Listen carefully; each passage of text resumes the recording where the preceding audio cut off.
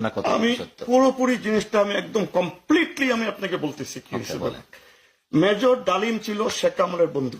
আচ্ছা তারা গেছিল একটা বিয়ার ইয়েতে, সেই আপনার অফিসার্স ক্লাবে একটা বিয়ার উৎসবে গেছিল। আচ্ছা যাওয়ার পরে শেখ কামাল সবাই দাওয়াত দিতে হয়েছিল, ওখানে গিয়ে একটা মেজর ডালিমের বউর উপরে তার নজর গেছিল, কুদৃষ্টি গেছিল।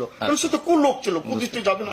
সুলতানাকে সে বিয়ে করছিল, ঢাকা ইউনিভার্সিটি অ্যাথলেট, জোর করে বিয়ে করছিল, জোর করে। আচ্ছা তো ওখান থেকে বুঝছেন তাকে উঠে নিয়ে যায় তার পোলাকে। যেমনিও এটা যখন শেখের কাছে বিচার নিয়ে গেছিল, শেখ বলে করছিল কি জানেন, আওয়ামী লীগের নবী সাহেব বলে বলছিলেন কি জানেন, যে আরে যা পোলা পাইন এগুলি করেই। আচ্ছা কুত্তার মত মারছে তাদের, কুত্তা যেমন মারে এর থেকে অদন্য মত করে মারছে। এরপরে বলি আমি 75-এ যখনই রেডিও খুলতাম সকালবেলা বাঁচত কি, বাংলার স্বাধীনতা আনলো কে, মুজিব, এই গান বাজত। ওই দিন আমাদের ছোট্ট রাবিবি অনেক গরিব ফ্যামিলির ছেলে ভাই, আমি আমার ঠিক মতো আমার বাবা